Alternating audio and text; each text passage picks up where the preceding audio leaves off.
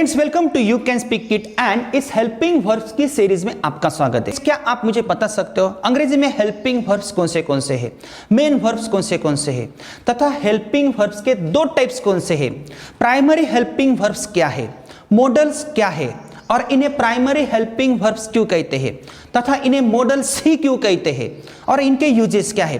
Friends अगर आपको अंग्रेजी भाषा सीखनी है तथा अंग्रेजी का कौन सा भी टेंस सीखना है, अंग्रेजी भाषा बोलनी है तो आपके लिए यह हेल्पिंग वर्ब्स इंपॉर्टेंट है। लेकिन इनके बारे में कई सारे लोगों का कंफ्यूजन है। लेकिन इस सीरीज में मैं आपको क्या पढ़ाने वाला हूं, मैं आपको इस सीरीज में स्टेप बाय स्टेप यह टू बीज के फॉर्म्स कौन से है, टू हैव्स के फॉर्म्स कौन से है तथा उनके यूजेस कौन से है। इसी प्रकार टू डू क्या है, डू डज डिड क्या है, will would shall should can could यह क्या है, इसके बारे में मैं आपको पढ़ाने वाला हूं। लेकिन फ्रेंड्स मेरी आपसे विनती है, यह एक कंफ्यूजिंग टॉपिक है और इस सीरीज में मैं आपको ऐसे टेक्निक्स देने वाला हूं ना तो आपने किसी यूट्यूब चैनल पे देखे होंगे तथा कौन सी बुक में पढ़े होंगे। यह इंपॉर्टेंट टॉपिक है, अगर आपको अंग्रेजी भाषा सीखनी है तो आपके लिए यह एक बेस हो सकता है। तो इस सीरीज में आपको बने रहना है क्योंकि इस सीरीज में मैं आपको step by step to be क्या है, एमिजार क्या है, वॉज वर क्या है, बी क्या है, उनके यूजेस क्या है, बिंग क्या है, बिन क्या है, यह हम कहां पे यूज कर सकते हैं, इसके बारे में मैं आपको पढ़ाने वाला हूं। लेकिन मैं आपको ऐसे टेक्निक्स देने वाला हूं, यह पढ़ने के बाद और यह वीडियो देखने के बाद आपके कई सारे डाउट्स क्लियर हो सकते हैं। फ्रेंड्स मैंने जो यहाँ पे बोर्ड पे लिखे हैं यह सब हेल्पिंग वर्ब्स है। am is are was were be being been have has had do does did, यहाँ पे मैंने एक कॉलम दिया है और सेकंड कॉलम में मैंने लिखा है will would shall should can could may might must had to ought to need used to and dare to। अगर आप इनकी तरफ देखोगे तो आपको पता चलेगा इससे ज्यादा हेल्पिंग वर्ब्स नहीं है। am is are was were be being been have has had do does did will would shall should can could may might must had to ought to need used to and dare to। It means यह helping verbs limited है, इससे ज्यादा helping verbs नहीं है। लेकिन क्या आपको पता है अंग्रेजी में वर्ब्स के दो टाइप्स होते हैं, एक हेल्पिंग वर्ब होता है और दूसरा टाइप होता है main verb. Main verb it means action verb, it means infinitive. For example मैंने यहाँ पे इट लिखा है, इट क्या है, इट यह हेल्पिंग वर्ब नहीं है। इट में आपको एक्शन दिखेगी, खाने की, पीने की, बैठने की, उठने की, ये एक्शन वर्ब से। It means I am teaching, teaching क्या है, एक्शन वर्ब है। आई एम गोइंग, मैं जा रहा हूं, गो को क्या लगा है, आईएनजी, तो गो एक्शन वर्ब है, वो मेन वर्ब का टाइप है। इसी प्रकार अगर आप यहां पे देखोगे am is are was were be being been have has had do does did will would shall should can could may might must, इनमें आपको कोई भी एक्शंस नहीं दिखेगी। हालांकि आपको नीड में एक्शन दिख सकती है लेकिन वो टाइप अलग है, उसके बारे में हम बाद में पढ़ने वाले हैं। आपको इतना ही ध्यान में रखना है अंग्रेजी में वर्ब्स के दो टाइप्स होते हैं, एक हेल्पिंग वर्ब होता है और दूसरा टाइप होता है मेन वर्ब। यह जो मेन वर्ब से यह असंख्य है, लेकिन यह जो हेल्पिंग वर्ब से यह लिमिटेड है, इससे ज्यादा आपको हेल्पिंग वर्ब्स नहीं मिलेंगे। आप काउंट कर सकते हो am is are was were be being been have has had do does did will would shall should can could may might must had to ought to need used to, इससे ज्यादा आपको नहीं मिलेंगे। फिर से आपको इस चार्ट में आना है। अगर यह सब हेल्पिंग वर्ब्स है, इनमें भी एक कैटेगरी है, तो वो कैटेगरी क्या है, मैंने इस कॉलम में लिखा है am is are was were be being been have has had do does did. लेकिन ऊपर मैंने क्या लिखा है, प्राइमरी हेल्पिंग वर्ब्स, और यहां पे मैंने क्या लिखा है, मॉडल्स। मॉडल्स कौन से हैं, will would shall should can could may might must had to ought to need used to and dare to. Sir ऐसा क्यों किया, वेरी सिंपल, जब भी अंग्रेजी भाषा बनाई गई तब यह प्राइमरी हेल्पिंग वर्ब्स बनाए गए, देन आफ्टर मॉडल्स बनाए गए। सर ऐसा क्यों किया, क्योंकि जब भी भाषा बनाई गई तब लैंग्वेज में मॉडिफिकेशंस हुए और लैंग्वेज ज्यादा प्रभावी करने के लिए यह टू बीज के फॉर्म्स बनाए गए। फिर से आप कंफ्यूज हो सकते हो, सर इन्हें प्राइमरी हेल्पिंग वर्ब्स ही क्यों कहा जाता है और इन्हें मॉडल्स ही क्यों कहा जाता है। मैं आपको एक सिंपल रूल बताता हूं, इन्हें प्राइमरी हेल्पिंग वर्ब्स इसलिए कहते हैं क्योंकि इनका उपयोग आप मेन वर्ब जैसा भी कर सकते हो और हेल्पिंग वर्ब जैसा भी कर सकते हो। वेरी सिंपल, पहला रूल, इनका उपयोग, सिर्फ इनका उपयोग, विल का उपयोग नहीं। हाँ, सिर्फ am is are was were be being been have has had do does did जो मैंने इस साइड लिखे हैं, इस कॉलम में लिखे हैं, इनका उपयोग आप मेन वर्ब जैसा भी करोगे और हेल्पिंग वर्ब जैसा भी करोगे, फिर से आप कंफ्यूज हो जाओगे। देखो यहां पे मैंने एक सेंटेंस दिया है, आई एम रिच, और नीचे लिखा है आई एम गोइंग। तो क्या आप मुझे बता सकते हो यह जो एम है, यह एम क्या है, हेल्पिंग वर्ब है या मेन वर्ब है? नीचे आई एम गोइंग, यहां पे एम हेल्पिंग वर्ब है या मेन वर्ब है? Very simple. ऊपर के सेंटेंस में एम ने रिच को किसी भी प्रकार की सहायता नहीं की। अगर वो किसी भी प्रकार की हेल्प रिच को नहीं करता है तो उसे हम हेल्पिंग वर्ब नहीं कहेंगे। इन द सेम वे नीचे एम के बाद गोइंग है, मैं ऐसा नहीं बोलूंगा आई एम गो को आईएनजी क्यों लगा है? क्योंकि पहले एम आया है, तो एम ने गो को आईएनजी लगाने में मदद की, सहायक किया, इसलिए हम यहां पे एम को बोलेंगे हेल्पिंग वर्ब। लेकिन ऊपर हम एम को क्या कहेंगे? ऊपर हम एम को कहेंगे टू बीज का फॉर्म। फिर से आप कंफ्यूज हो जाओगे, सर ये टू बीज का फॉर्म क्या है? स्टेप बाय स्टेप में आपको पढ़ाने वाला हूं। नीचे देखो, ही इज राहुल और ही इज प्लेइंग, दो सेंटेंसेस अलग है, लेकिन इज का रोल भी अलग है। यहां पे इज ने किसी भी प्रकार को राहुल को मदद नहीं की है, यहां पे यह हेल्पिंग वर्ब नहीं हो सकता है। ही इज राहुलिंग मैं ऐसा नहीं बोलूंगा, लेकिन नीचे ही इज प्लेइंग मैं ऐसा बोल सकता हूं। यहां पे इज हेल्पिंग वर्ब है, लेकिन ऊपर हेल्पिंग वर्ब नहीं है, तो इज क्या है फिर? यह टू बीज का फॉर्म है। स्टेप बाय स्टेप हम पढ़ने वाले हैं। In the same way they are here, यहां पे आर क्या है? आर ने हियर को किसी भी प्रकार की सहायता की नहीं की, तो आर क्या है? टू बीज का फॉर्म है। और यहां पे आर के बाद ईटिंग है, तो आर यहां पे क्या है? हेल्पिंग वर्ब है। फिर से देखो, इन्हें प्राइमरी हेल्पिंग वर्ब्स क्यों कहते हैं? पहला रूल, इनका उपयोग आप हेल्पिंग वर्ब जैसा भी कर सकते हो, इसी प्रकार आप मेन वर्ब जैसा भी कर सकते हो। सेकंड रूल, यह जो प्राइमरी हेल्पिंग वर्ब्स है यह कर्ता के अनुसार बदलेंगे।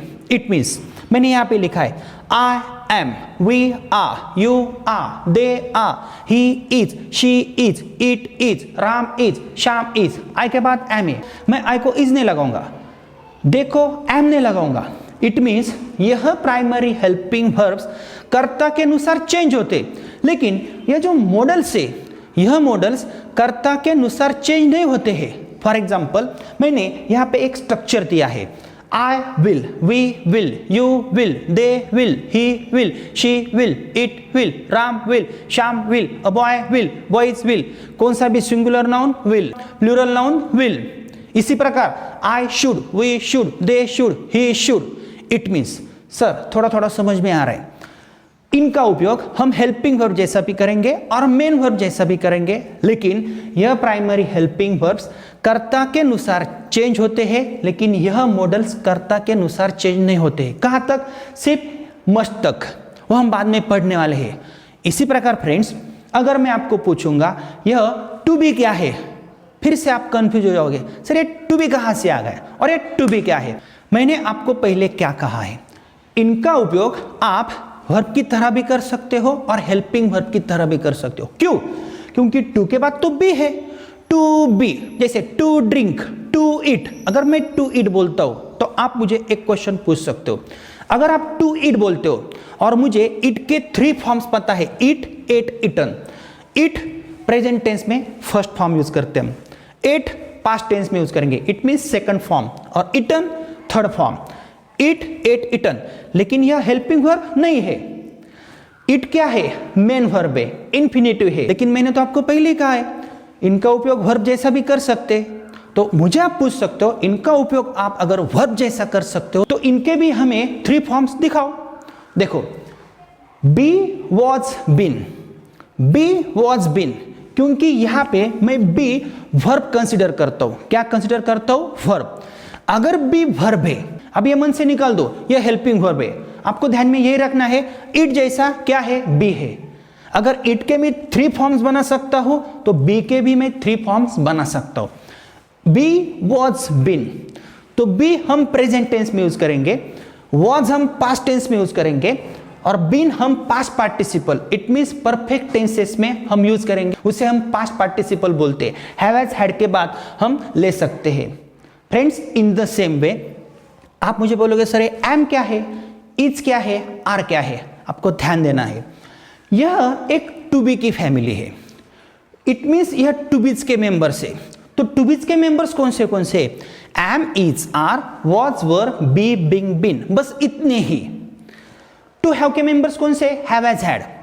यह वर, यह टू हैव का मेंबर नहीं है। इसी प्रकार टू डू के फैमिली में कौन से मेंबर्स है? Do, does, did. अगर आपको किसी ने पूछा टू बी के फैमिली में कौन से मेंबर्स है, अगर मैं आपको पूछता हूं आपके फैमिली में कौन से मेंबर्स है, तो आप मुझे आपके फैमिली में कौन से मेंबर्स है वो मुझे बता सकते हो। आप बाजू वाले उसमें काउंट नहीं करोगे। इसी प्रकार यह बाजू वाले है, लेकिन ये सब भाई भाई है, ऐसा कंसिडर करना है। फैमिली तो एक ही है, ओरिजिन तो एक ही है। In the same way friends, two be's के फैमिली में एम, इज, आर है, तो एम, इज, आर हम कहां पे यूज करेंगे? प्रेजेंट टेंस में। वॉज, वर हम कहां पे यूज करेंगे? पास्ट टेंस में। ध्यान दो, एम का मतलब हु, इज का मतलब हु, आर का मतलब है। Look at this structure, I am, मैं हूं, वी आर, हम है, यू आर, तू है, दे आर, वे है, ही इज, वो लड़का है, शी इज, वो लड़की है, इट इज, वो कुत्ता है, राम इज, राम है। It means am, is, are का मतलब है। In the same way was, were का मतलब क्या है? वॉज का मतलब था, थी, थे, और वर का मतलब भी था, थी, थे।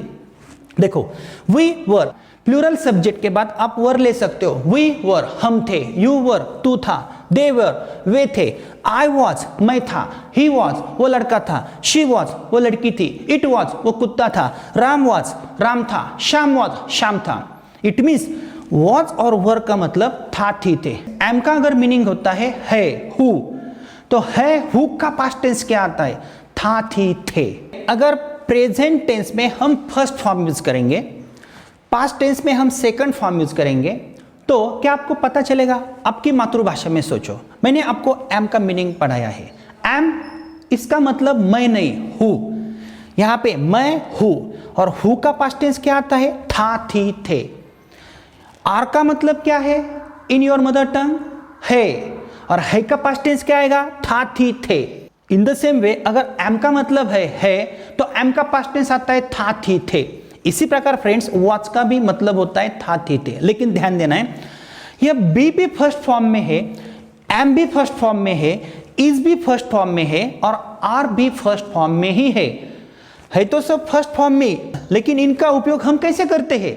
आई के बाद हम प्रेजेंट टेंस में एम लेंगे, वी के बाद आर लेंगे, दे के बाद आर लेंगे, प्लूरल सब्जेक्ट के बाद हम आर लेंगे, थर्ड पर्सन सिंगुलर सब्जेक्ट के बाद हम इज लेंगे, लेकिन पास्ट टेंस में हम वॉज, वर लेंगे। इट मींस बी का पास्ट टेंस है वॉज, एम का पास्ट टेंस है वॉज, इज का पास्ट टेंस है वॉज, लेकिन आर का पास्ट टेंस क्या है? Were. In the same way friends, be का थर्ड फॉर्म क्या है? बिन। लेकिन आपको ध्यान में रखना है, एम का भी थर्ड फॉर्म क्या होता है? बिन। इज का भी थर्ड फॉर्म क्या होता है? बिन। और आर का भी थर्ड फॉर्म क्या होता है? बिन।